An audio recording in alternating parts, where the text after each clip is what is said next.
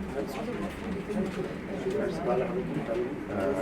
May I speak in English because we have guests here? We started now with the counting of the vote, and the total amount of the voters today reached 9,417. The counting started on four groups. Each group take a day, and one day will be extra for the one who's gonna finish first.